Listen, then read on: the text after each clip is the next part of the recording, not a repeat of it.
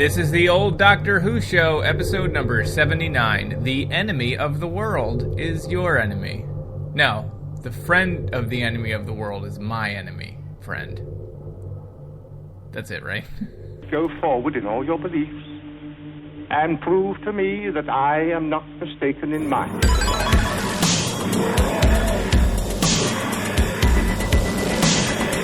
You couldn't control my mind before, and you certainly can't control it now. Would you like a jelly, baby? The TARDIS, when working properly, is capable of many amazing things. Reverse the polarity of the neutron flows, and the TARDIS would be free of the force field.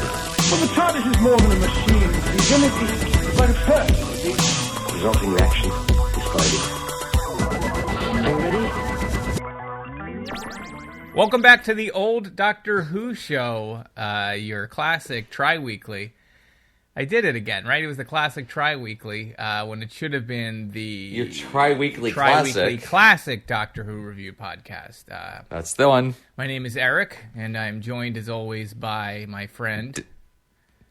He can't remember my name. All this time we've been doing this show, and he literally wants me to introduce myself because he can't remember my name. I don't know how this whole intro works. It's only been 4 years. It's like whenever I go to a party with Joe, and I know everyone there, and I've known them for years, I still tell him, introduce yourself first, because I'm going to forget everyone's names. You just refer to everyone as man, regardless of gender, and it just... Hey, man, weird. This is... What's up, dude? Good. Nothing, man. How are you? I know you're on vacation, right? You're in a vacation paradise. Not really. We're just up in Vermont, taking care of some stuff. Took the puppy up here for the first time.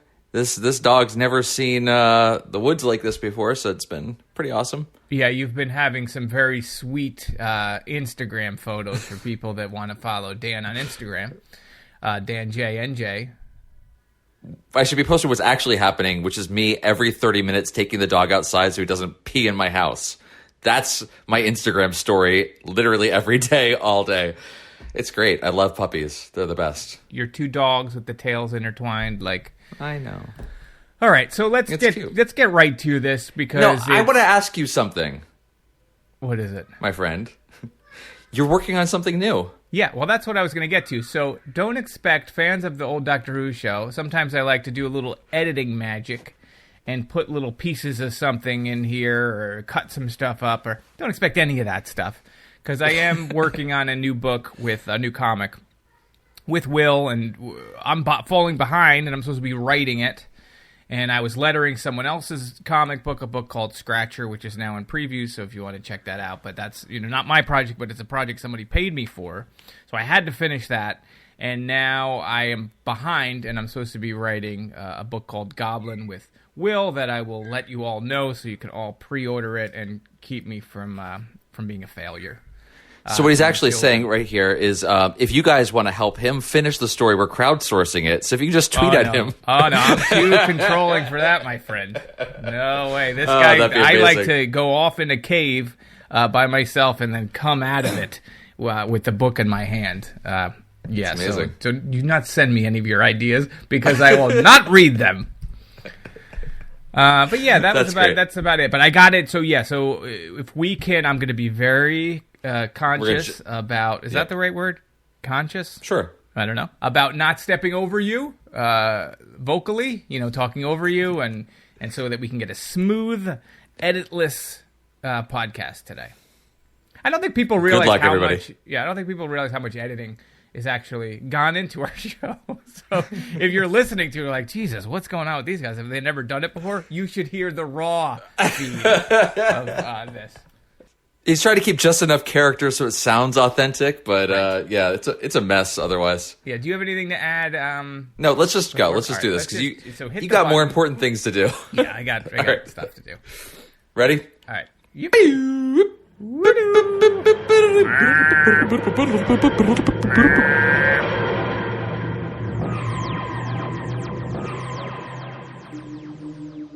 But you said we were never to touch the controls. Quite right, Jamie. Welcome to the TARDIS. Thank you. You're doing so well impersonating me. I thought I might return the compliment. And Giles Kent? Unfortunately, didn't survive the explosion. We're going to put you outside, Salamander. No friends, no safety, nothing. You'll run, but they'll catch up with you. No!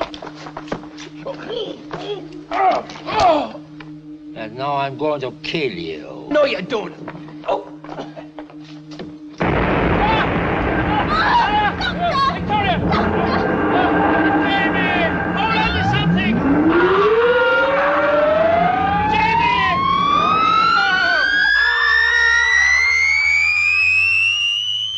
This is The Enemy of the World, the fourth serial of the fifth season of Doctor Who, starring our beloved second Doctor, Patrick Troughton. This first aired in December of 67 into January of 68. This is a six-parter, my friends. It's a long one. And you guys know that we love our very long-parted stories from the beginning. The second Doctor arrives on Earth in 2018 with his companions Jamie and Victoria. While splashing around in his head-to-toe underwear, a group of men spot the Doctor and mistake him for a despised de facto world leader, Ramon Salamander. Our three are rescued by Astrid Farrier, a kick-ass assistant to one of Salamander's rivals, Giles Kent. Together, they devise a plan to get information to expose Salamander as a corrupt leader and murderer, but they stumble onto a plot so much greater than that. This was written by David Whitaker, directed by Barry Letts, who we know goes on to become a producer in the Pertwee era. And this was produced by Inez Lloyd. Eric, what did you think of The Enemy of the World? Well, I think I'm going to take a controversial stance. Oh, no. On this story. I didn't really like this story all that much. Oh, no. I mean, I know it seems like people all love it. And it's one of the best stories of the classic era and all that stuff, but I wasn't entirely feeling it. Listen, there's a bunch of stuff to like about it. Oh, no. I love James Bond, so of course, it's Doctor Who James Bond light, I guess. Mm-hmm. I mean, you've got Astrid, she was great. She is definitely fits in with the Bond girl aesthetic and mystique and all of that stuff, and I liked the switch that happens at the end and all that kind of stuff. But it was way too long at 6 parts. The twist that happens before the twist, where in episode 4 we reveal there's an underground bunker of Aryans that are living there, and I was not expecting that. And it was like, I mean, that's very Bond too, like this evil villain, and he's causing earthquakes here and there and all this stuff with, like, I don't know. I maybe it's because I watched it, this earlier this like a while ago, and then I watched When They See Us, followed by Chernobyl.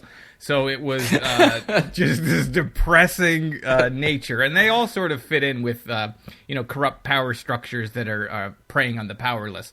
So I had all of that mixed in, and maybe it's because it was almost a week since I've seen it, that now that when I'm thinking about it, I don't know if I really liked it. I don't know. What did you think? I could go on in more detail.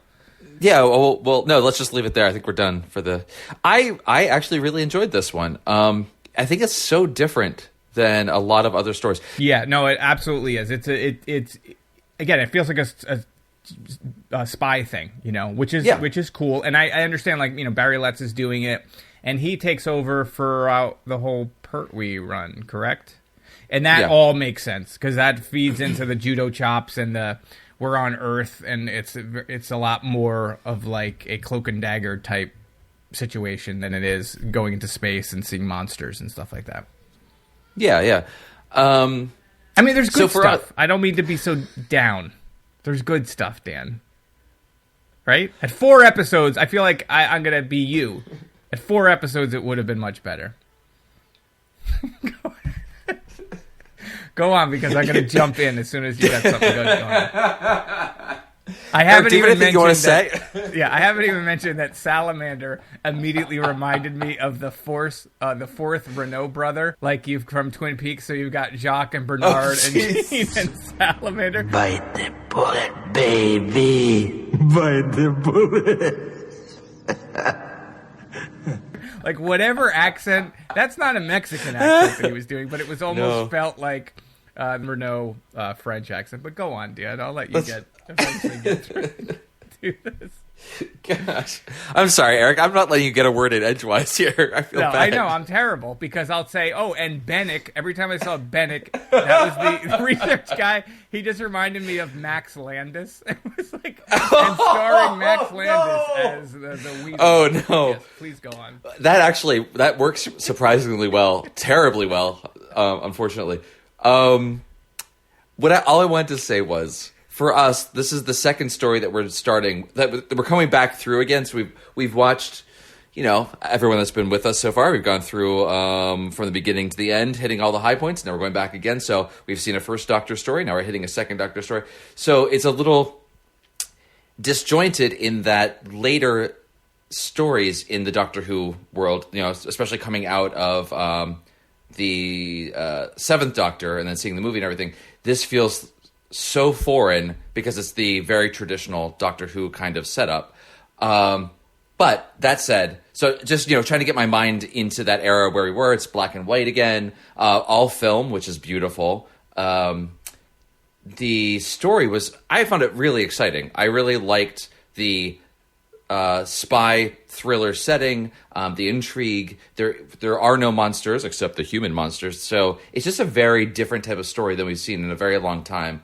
And I think the supporting cast was all fantastic in this. I love Astrid. I could talk about her for the entire story and be happy. From the first moment you see her on screen, with that outfit she's wearing, she's standing in front of the big view screen that says Australasia on it, and she's just kind of presented there. She's just like striking immediately, and then she ends up not just being like va-va-va-voom, but also like a really competent spy. And I'm not sure what her actual job was. She's an assistant of some sort, but she's able to take down guards with one blow. Oh yeah, there's a lot of that happens very easily. Like she'll just take a gun from someone or push someone, and Jamie does the same thing. It's not limited to Astrid.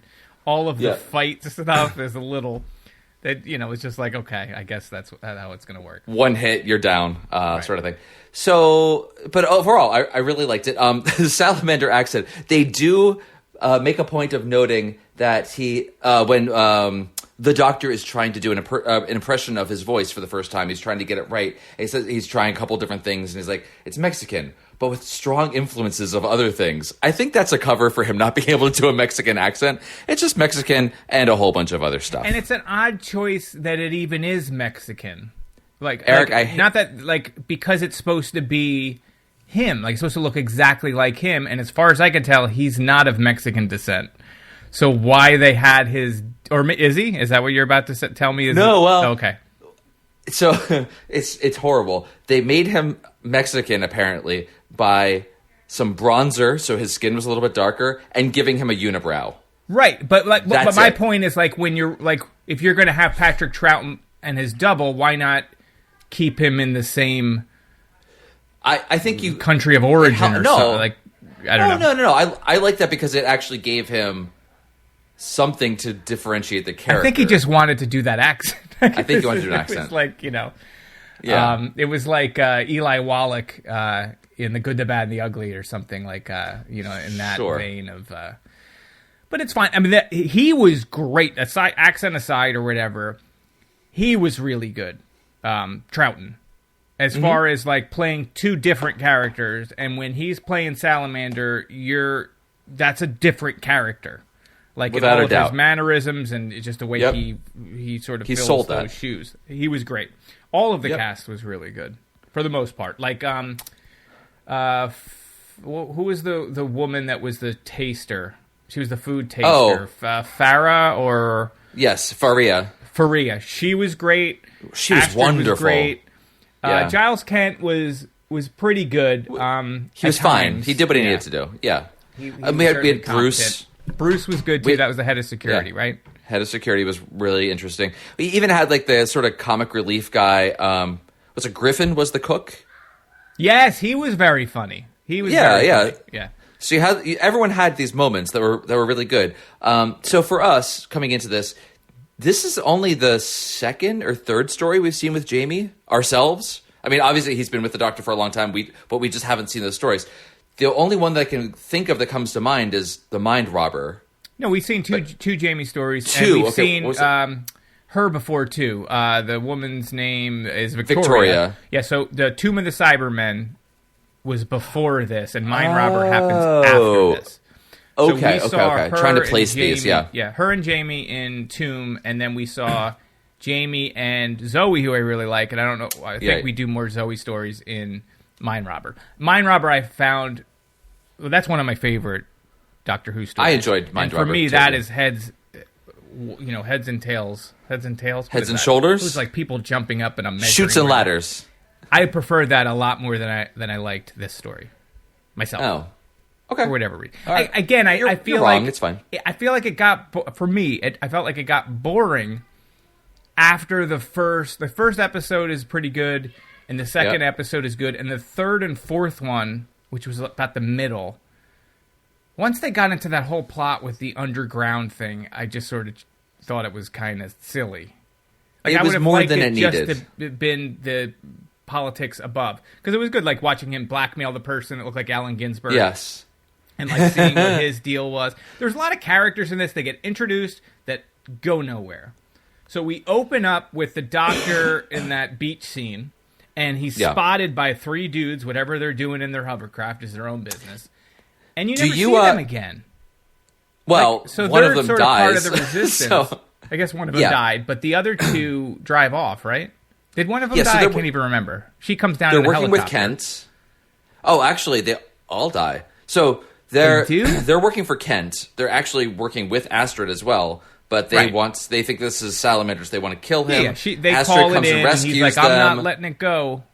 Right. So then they follow Astrid's helicopter back to where she's staying, and they try to kill them there. One of the three guys gets shot by one of his compatriots, and then they go up in the helicopter, which then explodes. So Wait, no. Wait, so so later on when they go in the house, which makes no sense. So you're talking about the scene where they're in the house, Astrid's in the house, the guy has a gun, and he somehow shoots him, but he's like in the hallway and he can't see, and like it's like a magic bullet theory about how. Where was the bullet coming from? It must have been coming through the window, and then he comes around. But then they're from a side room. And when they come out of the hallway, and he's like, "You're shot." It's weirdly. It was weird. It's a weirdly blocked scene, I found. Yes, and no one seemed to really care that the guy died anyway. It's just like, he was in the way. Yeah, whatever. But those guys, even before that, though, I'm just saying, like when they're on the beach, you see that helicopter shot. It's like they got a helicopter. That's cool. And they're just on that hovercraft and they leave. And then it's like those guys are not that important, even though they're part of the whatever it is. The resistance. Whatever Kent's thing is, which is not really resistance because of the twisty twist later. And did you mention in the beginning, too, when you did the synopsis, I don't remember if you did, that this story takes place sometime before 2018? Because we see the 2018, the pilot license is up or something is up. Yeah. It's like December 31st, 2018. Yeah, the notes, it takes place in 2018, sometime before the end of the year. And it feels very much like 2018. All of this seems spot on. Yeah, well, although it could be 2016, and it's just that it's a 3-year license. We don't know. We don't know for sure. 2 years, yeah, we don't know. We don't. Somewhere around the past. It's not even like our future anymore. It's now our past. It's still the past. Okay, so... Yeah, I guess it was a little unclear about how, at least it was unclear for me, especially watching it from the beginning and not seeing how the alliances lined up, because those three guys that we're talking about in the hovercraft know Astrid, but at the same time, they're coming there to kill her, so, like, it's unclear. Well, I don't think they're coming there to kill Astrid, right? They're just trying to get Salamander at any cost. Right, except that they think that Astrid is helping him. I guess. It's weird because she's literally bringing them back to Kent anyway. Right. It was very strange to like throw all of this at the top of this story, and it makes it very unclear about what's going on. I guess it kind of works because we're just learning these characters and there's all this intrigue and backstory going on that we're learning as the characters are as well. And but it was Salamander what's his overall plan? Like we see footage of him doing his speech, and he's sort of consolidating power. He's blackmailing people like he blackmails Dennis.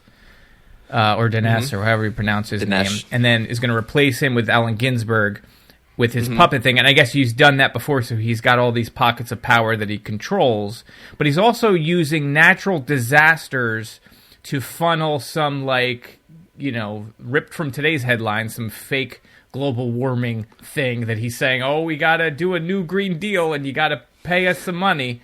Right? Is that what all of that is for? Because he's arguing sort of with these people and saying, I'm telling you there's going to be a natural disaster there. Like, what's his... He wants just money? Is he running for emperor? Like, what is his... Right. What is it? So it seems to me that... So there's very New World Order. There's the world has been split up into different zones. So we're Australasia, there's Central Europe, etc. And there seem to be leaders in each of those areas. And Salamander is a businessman of some sort and scientist, because he's created some way to harness the sun's rays, store them up, that's and where then his project claim to fame them was. Right, and then project those rays to areas that need more sun, which doesn't make any sense because it's the Earth and it gets sun. But whatever, he's able to give the Ukraine some sun so they can grow crops, which I guess they couldn't otherwise. Who knows? Whatever. Right. So he's that's got happening. some kind of thing in the stratosphere that's collecting sun rays, and then he can... And then redistributing sun to places where it needs wherever you're taking the energy from somewhere else to move it around. So however that I know. works. But that's not even the thing that he's doing with the weather, right? That's how he's gotten prominence to become trusted, because he's doing this thing. But what he's doing as subterfuge is... So he's saying he's predicting natural calamitous events. So there's going to be an earthquake or volcanoes or what have you, and he's trying to give warning to these areas. And then when they don't give warning, or they don't heed his warning, he can come back in and say, "You should have listened to me. I know best," and then help them set up, consolidate power over those areas as well by either getting rid of the person who didn't listen to him, installing someone who's a puppet for him, like Allen Ginsberg, or taking over power himself. And it's revealed later that he's not predicting these things, he's causing them with his race of Aryan mole people that live underneath the ground. Right, that have the technology to do these things. Yes. From their little spot. And then Ginsberg gets killed too, right? He gets poisoned later. Salamander poisons him because he doesn't poison someone else. He doesn't poison Dinesh. Because he gets his he fails. But did you notice that when he got poisoned and he realizes he's poisoned, he actually goes to drink again? It's like, It's like, dude, you just got poisoned. What? Come on, buddy. But I'm so thirsty. I'm poisoned, but I'm thirsty, so I'm gonna... It's a catch-22. God.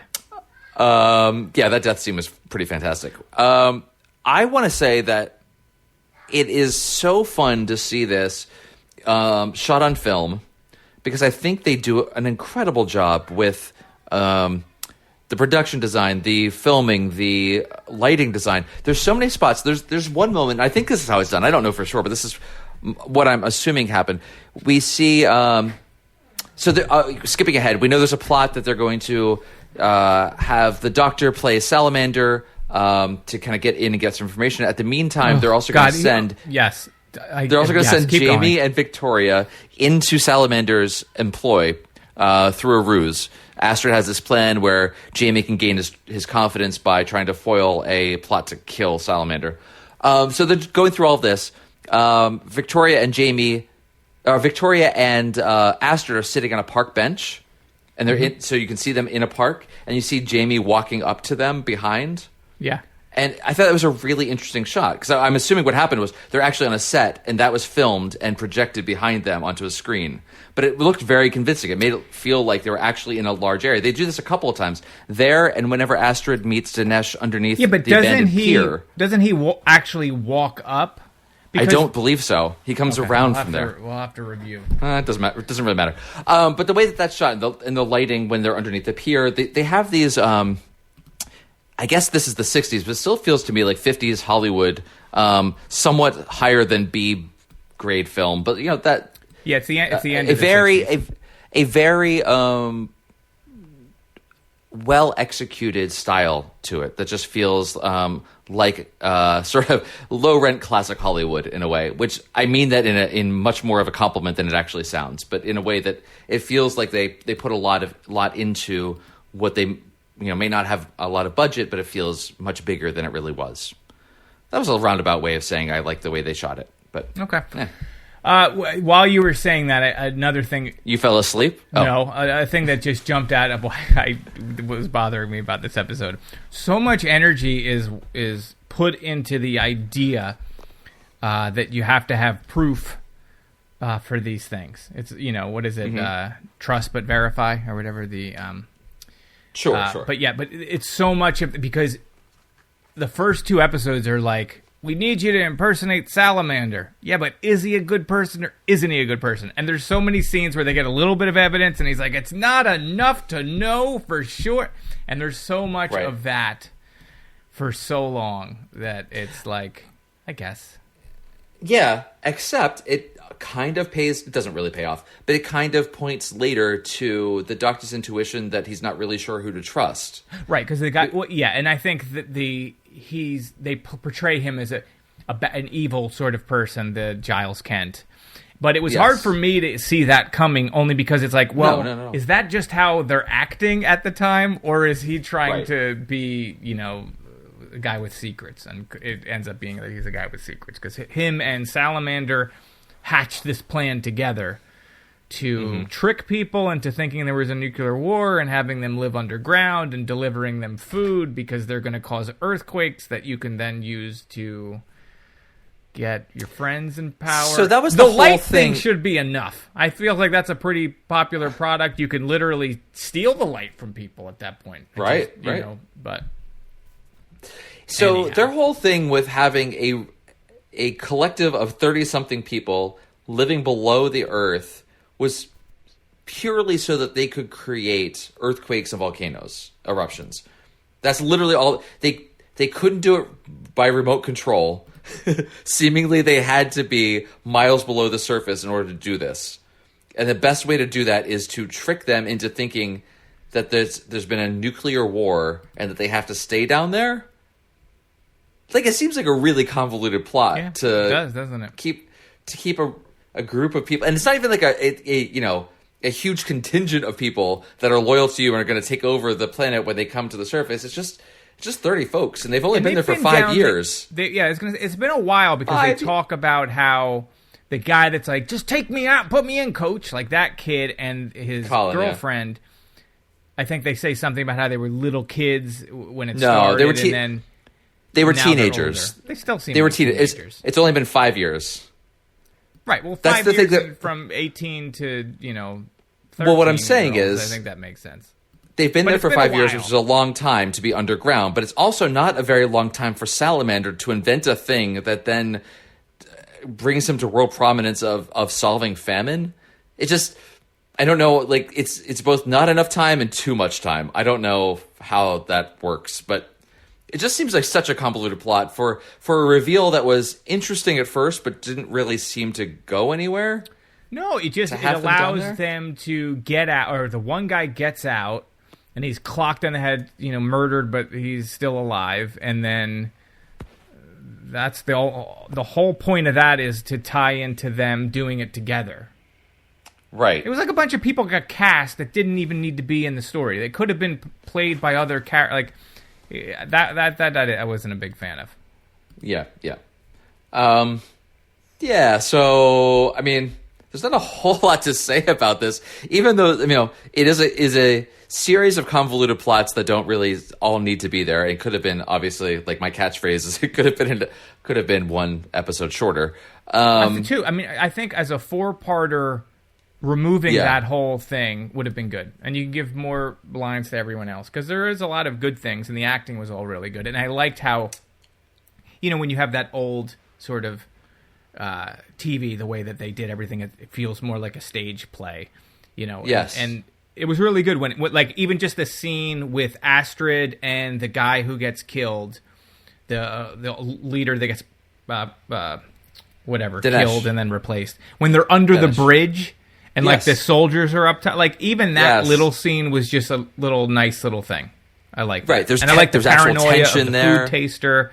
and all of that kind of stuff was those moments were great. Not so much the underground radiation detector that's the Salamander's gone and nobody's like checking out any of that stuff. Right. They're not suspicious at all of, I don't know. Right. So Salamander comes down, and every time he goes into this de-radiationizing booth, and it heals him. Yeah, and it was all a ruse. Now, remind me of something else. Why wasn't what's-his-face killed by Salamander? They had a reason why Giles Kent was spared. They had discredited him for all this stuff, but clearly Salamander and him are mortal enemies. He has a secret that could destroy Salamander, so he's super dangerous to him to be around. Why hasn't he removed him, either via poison or any other means? I literally have no idea. I feel like I really don't know why he's there. In the beginning, in like the first one or two, where that comes up and he says, well, he couldn't do it because of this, or he kept me around because, I don't know.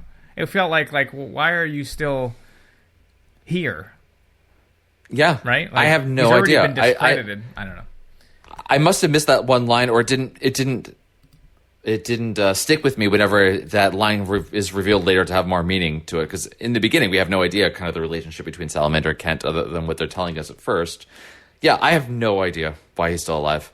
Salamander just seems to be, killing everyone else willy-nilly and saying, oh, look, another suicide. But he didn't do it with Kent. I'm sure there's a reason and everyone knows it, but I didn't quite pick up on that. So I can't tell you. Yeah, well, what are you going to do? So what did you think of Max Landis? I think you're right, too. While we were talking, too, I also found the projection of the walking up part. Yeah. And he does not come into frame. So you're 100% correct. I'm wrong. You're a miserable, horrible human being. Yes, that was the technique that they were doing. So bravo to you. That and underneath the pier, you can see behind them other buildings and stuff. And it's the same shot, but it's really effective. Like, it's obvious what they're doing, but it's really effective. Cool. Yeah, it's cool that they would go to that length. So what did I think of Bennett? Yeah, so because the Bennett character, I'm not sure what his thing is, like what his deal is. There's even one part with Bennett where you think he's figured out there's two salamanders. And then it never pays off. Like he says something, he goes, should I take the key from the secret place? And I'm like, oh, there is no secret place. The doctor says yes, he's now proved that. This, but yeah. Nothing. Right. No. Nope. Nothing. No. Nope.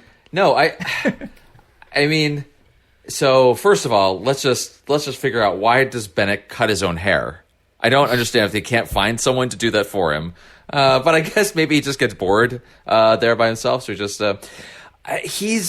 I don't quite know what to make of him. He's got that kind of simpering, villainy, sort of snake quality going on. Like the but at the same time, Nazi character. But he keeps going back and forth between actually having power and not having any power at all, and people respect him and fear him, or they don't. And he's just in the research unit, right? And the research unit has the secret access to this horrible or whatever secret of his whole power, his future power structure, this elevator that goes down. That you think there's only one way in there with a whole lock and don't disturb me, but then there's a secret back alley entrance that anybody can go through.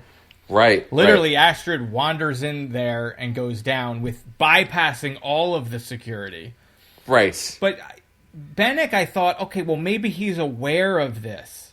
No, I don't think he was. No, he wasn't. But he's a researcher, but what is he researching for him? And I think he's doing this stuff for the sunlight famine stuff. I'm guessing that's what he's working on. He's evil, but is he? Even when he goes to like rough people up and break their dishes, he's part of it. Please. Right?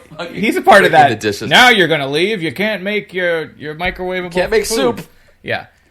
He's not even that bad. You know what I mean? Like he's like a poser with his. He orders other people. He orders like the soldiers to kill on sight and stuff like that. And there's soldiers, like there's the one soldier we thought like, oh, he's resisting these orders. Like he's actually going to stop Bennick, but he doesn't. He just goes ahead with it and lets people die. He lets Faria die, and it's a horrible scene that just has way too much resonance for us. Now, she today. was also some historical significance to this episode, and she is the first black actress ever to appear in Doctor Who. So there you go. Yeah. I didn't know that. She was absolutely fantastic. The character had some depth to her. She's working as the food taster she was great. for Salamander against her will. We don't know. We never find out exactly what her story is, which is great. We don't need to. She's been blackmailed or been put into this, perhaps, family in danger, what have you, to take this job that is, if she's doing her job right, she'll get killed instead of Salamander. What I don't like about this story was they have this great character with Ferraria, whatever her name is. She gets the paperwork, she gets the evidence out.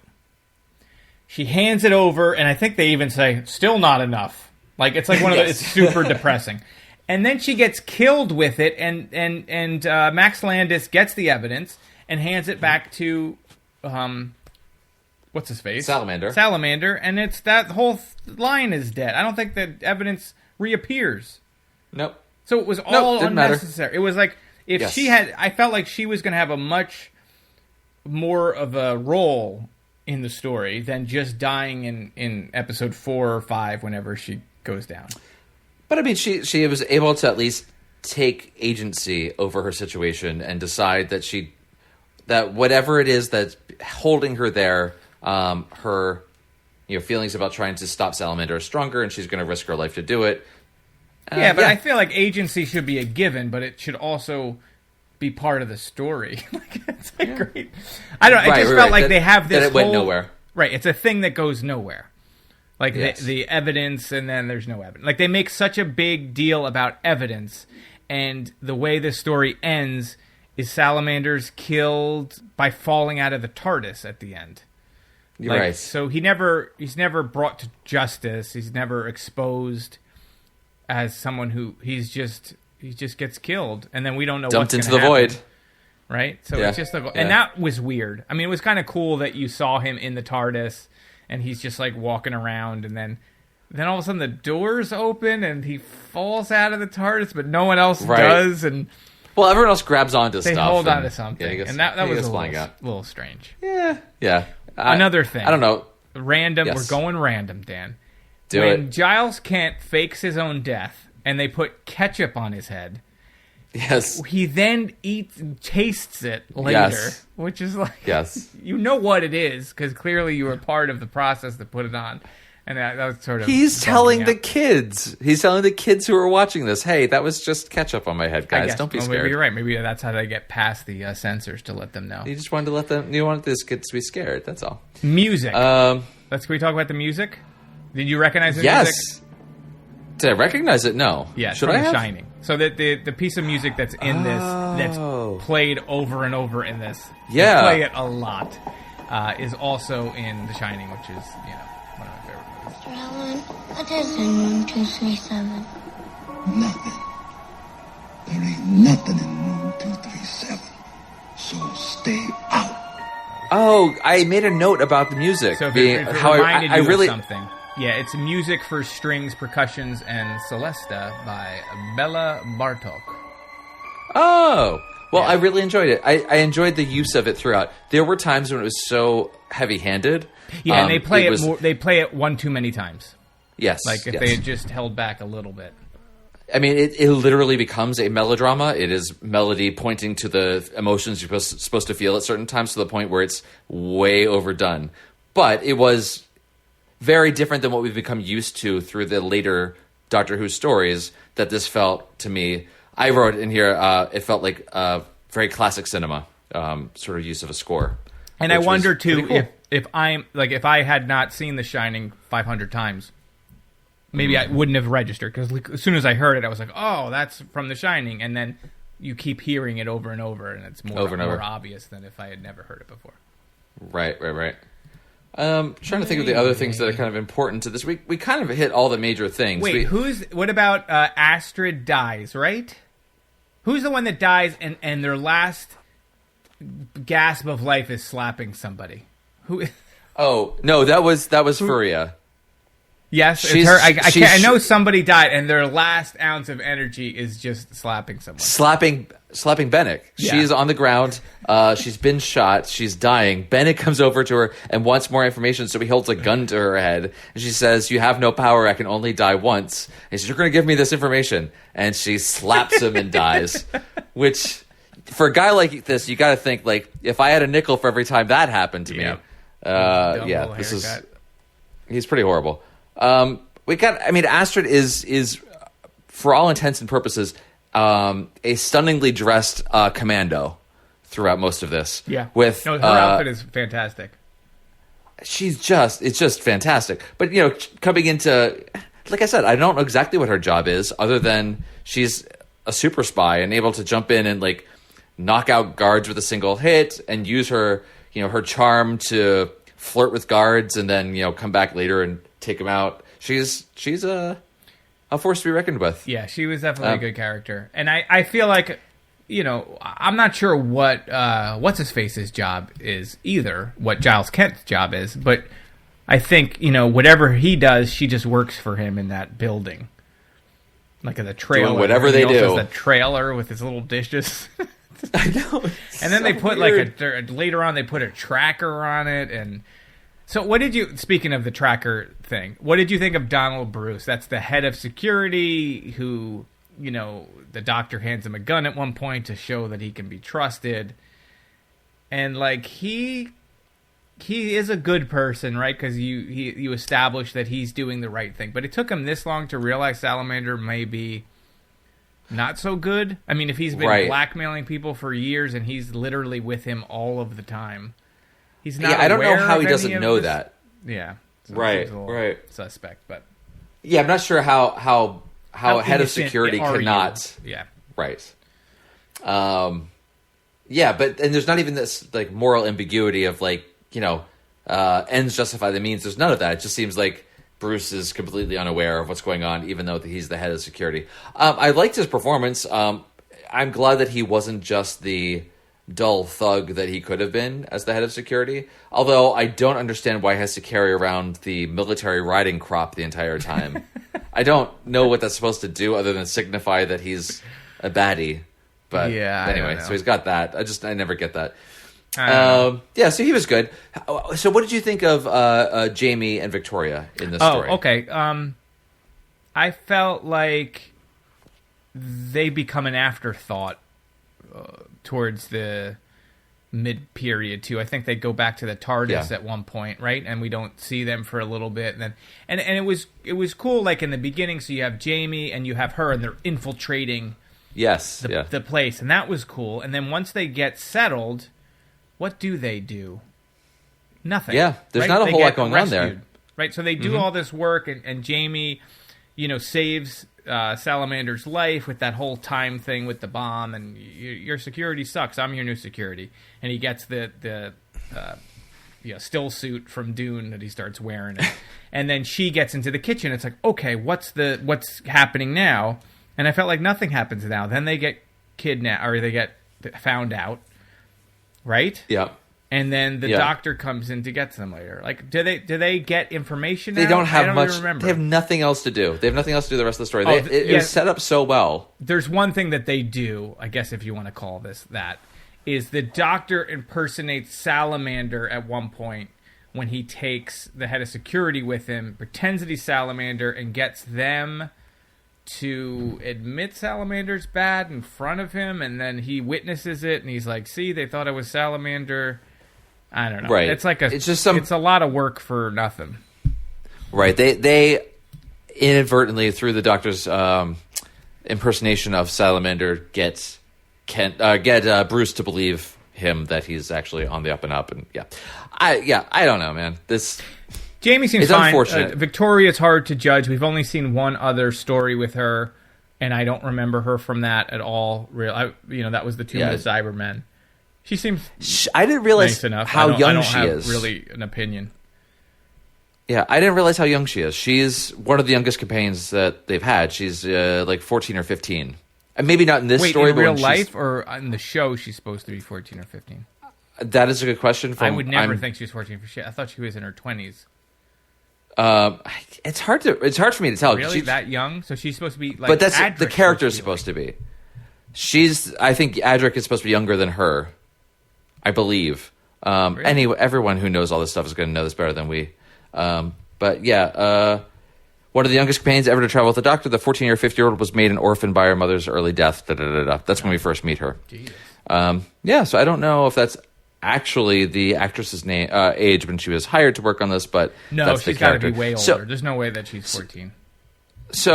But that kind of informs how this character behaves. She isn't given a lot to do, but she does have a lot of moments where she can scream and be scared. Yeah, I thought the scenes with her with the cook were good. All the kitchen stuff, like I liked all of that stuff. It just didn't really go anywhere. It didn't amount to anything. Yeah. Anyway. So I guess companions they got used in the beginning in a way that I felt was really interesting and could have gone further, but it really ended up not really doing much for us at all. Again, if we had cut down the story by 1 or 2 episodes, each of them could have been given more to do that had more meaning. They could have got more screen time instead of the other couple at in the cave. The 2 people like, I want to go up the elevator. Like we could have got rid of all of that. Colin and Mary. Yeah, given it to them.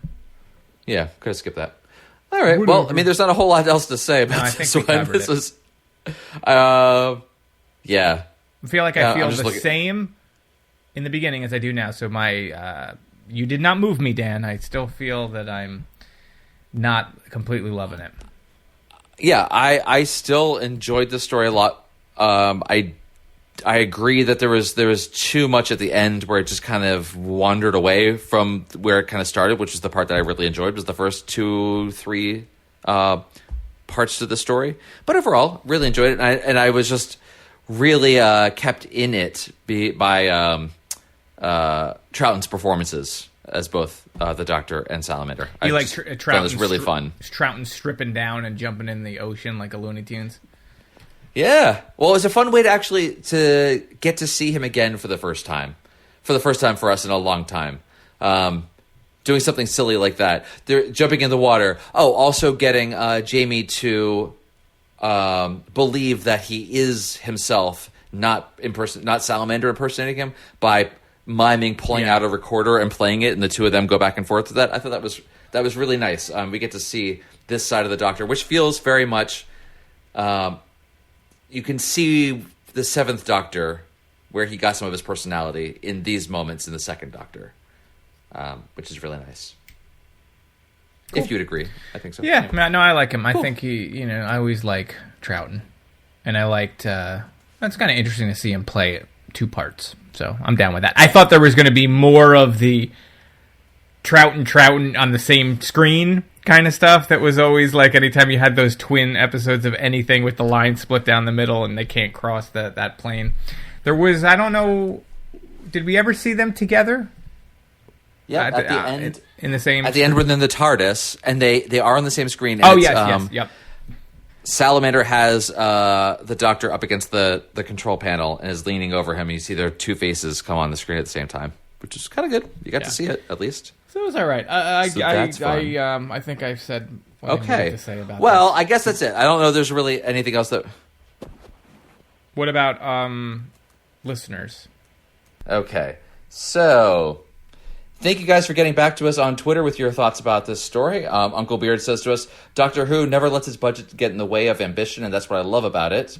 The End of the World is the epitome of that. It shows humans as the monsters, brilliantly cast as the doppelganger of the Doctor, and for more TARDIS scenes on film.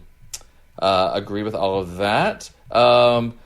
We are cult, says to us, seeing the entire story for the first time was a revelation, so good. So that's the thing we actually didn't mention, was that apparently this story had been this lost. Is one of those stories that was completely lost to the ages for quite a while until 5 of the parts were found in, I think, Nigeria or something? Yeah, I don't know. But I think, it was like part 3 or something was the only part available for a long time. And I think they had audio, maybe, and people were listening to it. But then they found it and were able to reconstruct it. So that's really nice. Uncle Beard goes on to say, how great is Astrid? To which people respond correctly that she is very great. She's great. Jixter says, great story with Troughton playing the dual roles of the Doctor and Salamander. Also, the first episode directed by Barry Letts, who had gone to be a producer for most of the Pertwee era, which is very cool. A little more talk about Astrid, which people could go on about forever because she's pretty awesome. Minidisc Return says, absolutely fantastic story. My favorite second Doctor serial. For years, only episode 3 existed. Oh, here we go. Only episode 3 existed, and it wasn't well regarded. But fortunately, in 2013, the rest of the episodes were discovered. I love the amazing left turn of the story. Suddenly takes halfway through, and they said they're a fan of the pod. Yeah, I guess we have mixed feelings about that left turn, whether it need to be taken at all. But that's cool. Something. Jay Vasquez says, in 99% of stories, the head of security character is just a brutal meatloaf bastard with no brains. Bruce breaks the model of that, starting with his reaction to the volcano going off and then becoming the key character in the story's unsung hero to solve the problem. Well, he is definitely instrumental in helping them solve this. Yeah, and it was refreshing to have him as the character versus your typical tropes that they could have done. Yeah. And lastly, our friend Bernard says, would you believe I've never seen it nor listened to it? He read the novelization about 31 years ago, but never saw the story.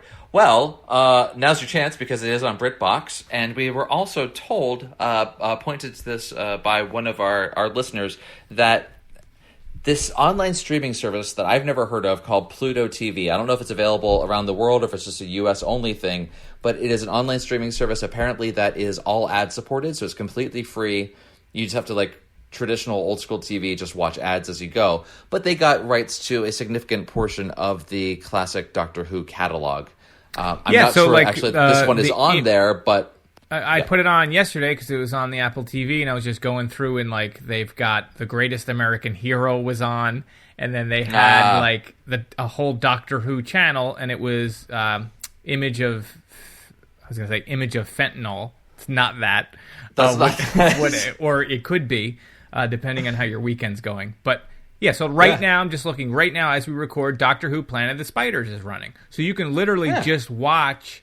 All day after Planet of the Spiders, they're playing Earthshock. So it is like TV, but just, ad supported. And it doesn't even make you create an account.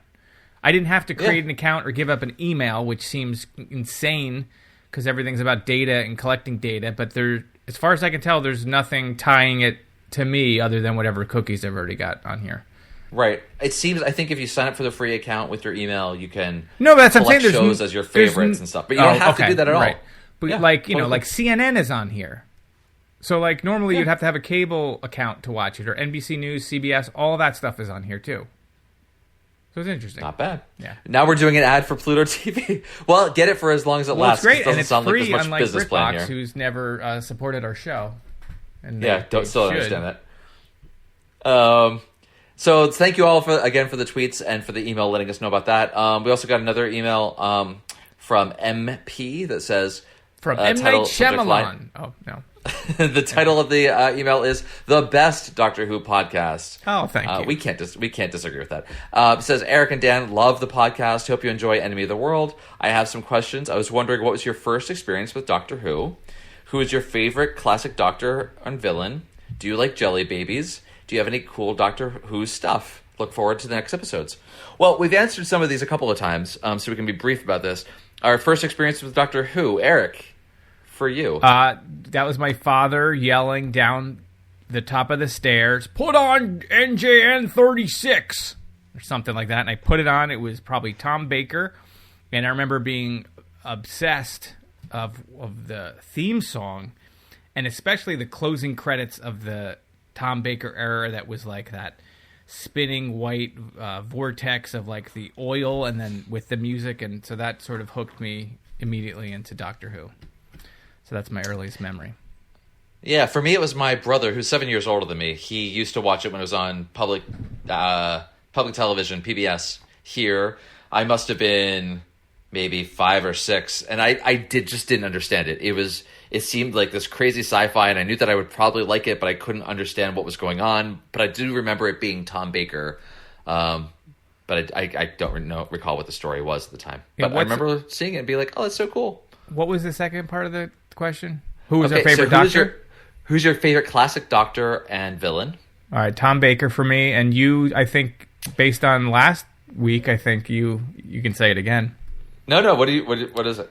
It was Sylvester McCoy. I think it is. Yeah. At the moment, it is, but it definitely changes as we start watching other Doctors for a while. Although it never became Colin Baker when we watched a whole bunch of Colin Baker or Davison. No, that's I think it weird. might be McCoy for me right now. It's McCoy, Baker, Pertwee. They're all great. Now, the Whatever. second part I of love this, them all. who our favorite Villain. villain is interesting. Because I feel like I'd have to give that. I some like the thought. Rani. The really like Rani? her. Yeah, only because I like the actress so much. Okay. Well, don't call her the Rani, Dan. I know. How much I do know. you like her?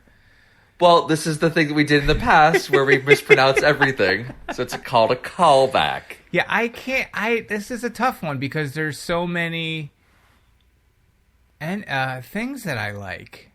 Let me get. I'll answer that question next time, maybe. Right? Okay. Well, do you like jelly babies?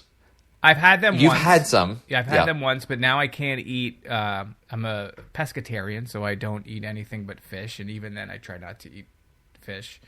And they have Tries not to eat. Yeah, they have gelatin in them, so that's ground up animal bones. But Dan's never had it, and I feel like we haven't had have them. to fix that. So if anyone is sitting on a bunch of packages of jelly babies, Ew. you could always send them to Dan at P.O. Box 2131, Red Bank, New Jersey 07701. But yeah, we have to get you to try them at some point. Yeah. I kind of think I like them. This was a while ago that I just always wanted to try them. They're similar to like a Sour Patch Kid kind of, like, you know, they're chewier than like a gummy bear. You know, they're more like it's more like the straight gelatin feel of them, versus something that's super gummy. Gotcha. I wonder, do you have is marijuana legal in the UK? Because I wonder if, like, here it's not legal in most states, but in some states it is, and you can get edibles. But I wonder if they have, like, marijuana infused jelly babies. I feel like that would be a huge industry. That would be a thing. Yeah, that feels like a big. What if you just had like opportunity. if you just had a pot shop or whatever, and it was all Doctor Who themed, edibles. So anyway, you could totally take a trip in time and space. I really want to know what my favorite Doctor Who villain is. I love the Autons when they're used well, like the creepy,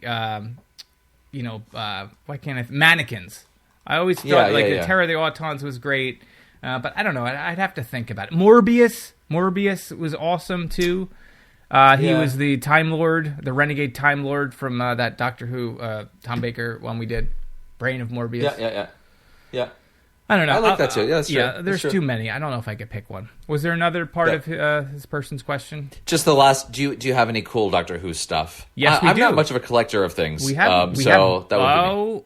Excuse me. We have a signed picture of Ace from a listener that he had sent in. If I'm going to find it here.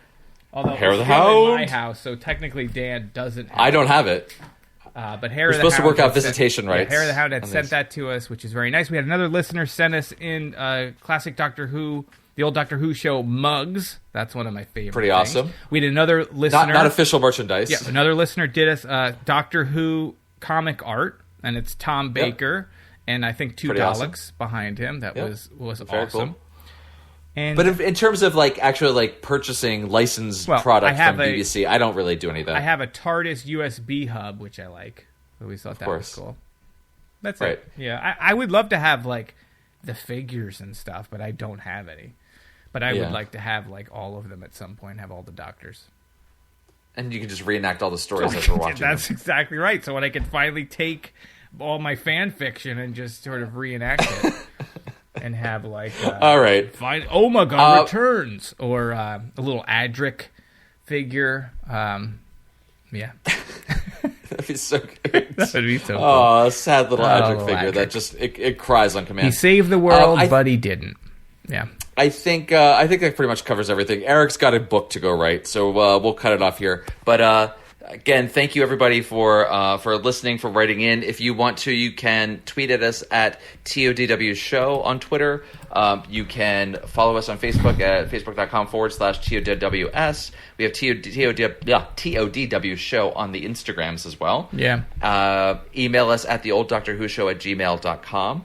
And you can check out our schedule page and leave comments on each of these stories at theolddoctorwhoshow.com. And Eric gave you the postal address in case you want to send us jelly babies or any other cool things. Don't feel obligated, but if you did that, we'll give you a huge shout out.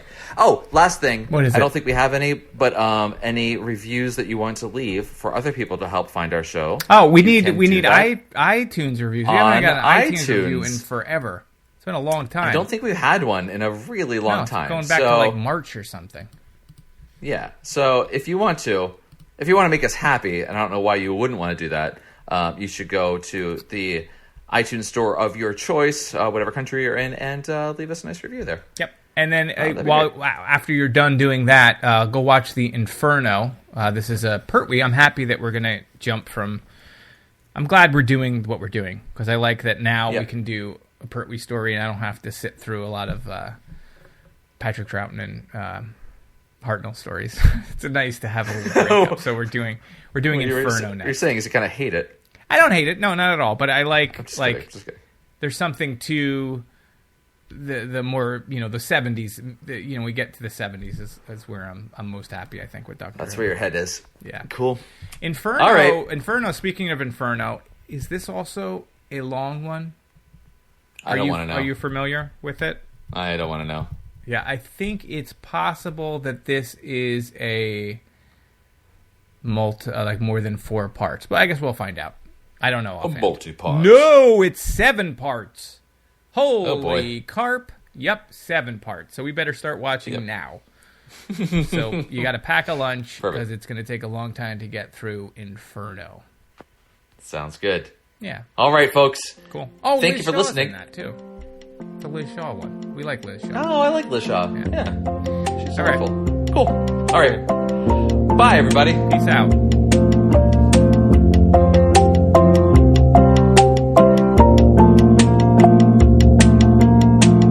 I wish I had